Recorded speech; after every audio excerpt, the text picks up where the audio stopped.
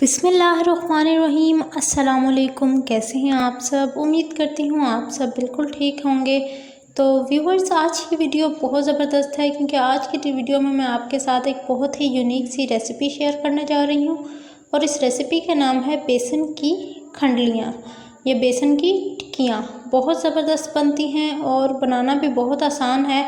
बस मैं आपके साथ जो सी टिप्स शेयर करूँगी आपने उनको फॉलो करना है और देखिएगा कितनी मज़ेदार सी यूनिक सी रेसिपी आपकी इजीली रेडी हो जाएगी। तो चलिए शुरू करते हैं आज की वीडियो और आज की रेसिपी। सबसे पहले हमने खंडलियाँ बनाने के लिए कढ़ाई ले लेनी है और कढ़ाई के अंदर हमने डालना है 3 गिलास पानी। आधा किलो बेसन का इस्तेमाल कर रही हूँ तो इसलिए मैंने 3 गिलास पानी ऐड किए हैं। और फिर उसके बाद हम इसके अंदर ऐड करेंगे 1 टेबलस्पून बड़ा वाला चम्मच। कौन सा? जिन चम्मचों की हेल्प से आप कुकिंग करते हैं ना, उस चम्मच की बात कर रही हूँ। वो बड़े वाला 1 चम्मच आपने कुकिंग ऑयल का ऐड कर देना है। और पानी के अंदर फिर उसके बाद आपने जो सी चीज़ें डालनी हैं वो भी मैं आपको भी बताती हूँ।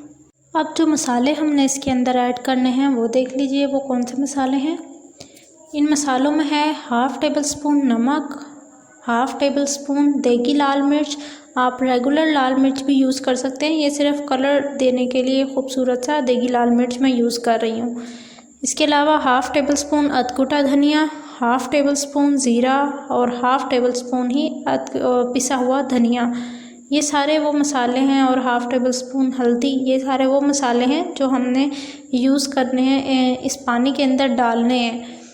डालने के बाद अच्छे से इसको मिक्स करना है। देन अब हम इसके अंदर ऐड और कुछ चीज़ें करेंगे, जैसे कटी हुई 3 प्याज छोटी छोटी बहुत बारीक कट कर लेनी है आपने, जैसे आपको मैं दिखा रही हूँ। एक छोटी गड्डी जो है वो आपने धनिया की लेकर उसको भी चॉप कर लेना है अच्छे से, वो ऐड करना है। और इसके अलावा 4 से 5 हरी मिर्चें, वो उनको अच्छे से चॉप कर लें। और आपने तकरीबन 4 to 5 टेबलस्पून लहसुन लेना है, या पेस्ट ले लें या फिर इसको खुद चॉप कर लें लहसुन को। ये सारी चीज़ें हैं जो आपने इस पानी के अंदर ऐड करनी है ताकि हमारी जो बेसन की खंडलियाँ हैं वो बहुत ही टेस्टी और बहुत यमी सी रेडी हो जाए। याद रखिए आपने टमाटोज़ का यूज़ अभी यहाँ नहीं करना, वो आपने जब भी ग्रेवी रेडी करनी है तो तब इसके अंदर ऐड करना है। ये सारी चीज़ें डालकर अब हम इसको अच्छे से मिक्स करके वेट करेंगे कि जब तक हमारा पानी जो है वो बॉयल ना हो जाए।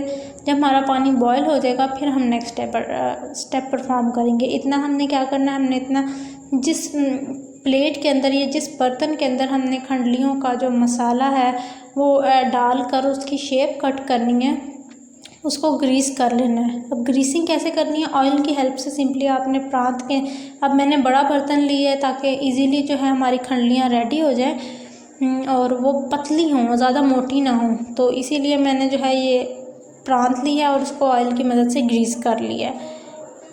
देखिए पानी हमारा बॉईल हो चुका है। अब हम इसके अंदर ऐड कर रहे हैं आधा किलो बेसन, जो लम्स फ्री है, बिल्कुल कोई लम्स नहीं है इसके अंदर। मैंने अच्छे से इसको छान लिया था। और अब हम फटाफट से इसकी मिक्सिंग करेंगे।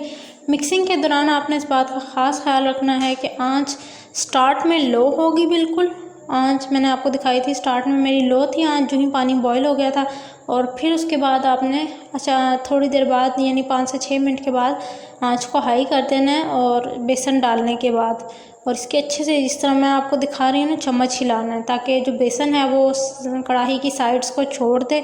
और फिर आप समझिएगा कि आपका जो मिक्सचर है वो बिल्कुल रेडी हो गया खंडलियाँ बनाने के लिए। ये एक बहुत बेहतरीन तरीका है जिससे जो है बेसन कच्चा नहीं रहता, बेसन के में जो कच्चेपन की स्मेल होती है वो नहीं रहती, बहुत अच्छी खुशबू भी आ जाती है।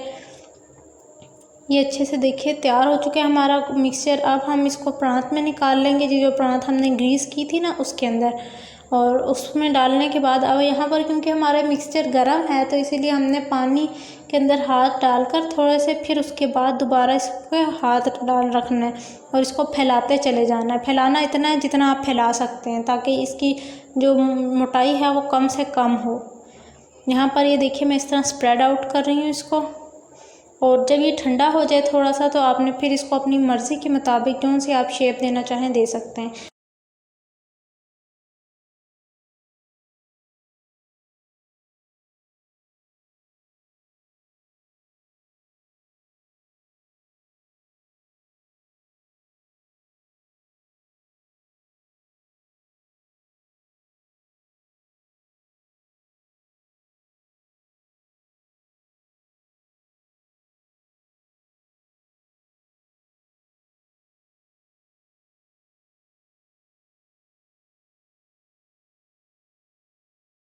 यहाँ आप देख रहे हैं मैं नाइफ़ की मदद से शेप दे रही हूँ इसकी एक खूबसूरत सी। देखिए हमारे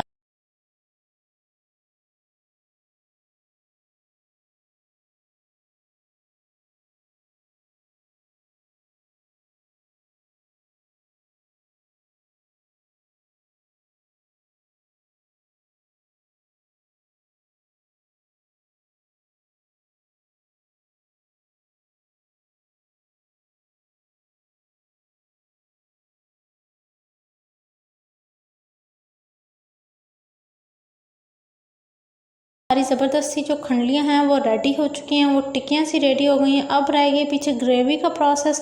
जिस तरह आप कोफ्ते बनाने के लिए ग्रेवी रेडी करते हैं उस तरह सेम ये बाकी सारा प्रोसीजर है वो मैं आपके साथ फिर किसी और वीडियो में शेयर करूँगी। अभी तक के लिए इतना ही, क्योंकि वीडियो काफ़ी लंबी हो चुकी थी 7-8 मिनट की। मुझे इजाज़त दीजिए, मिलती हूँ फिर किसी और वीडियो में। अगर आपको मेरी वीडियो अच्छी लगी हो तो वीडियो को लाइक कीजिए, मुझे सपोर्ट कीजिए इसी तरह। अल्लाह हाफिज़।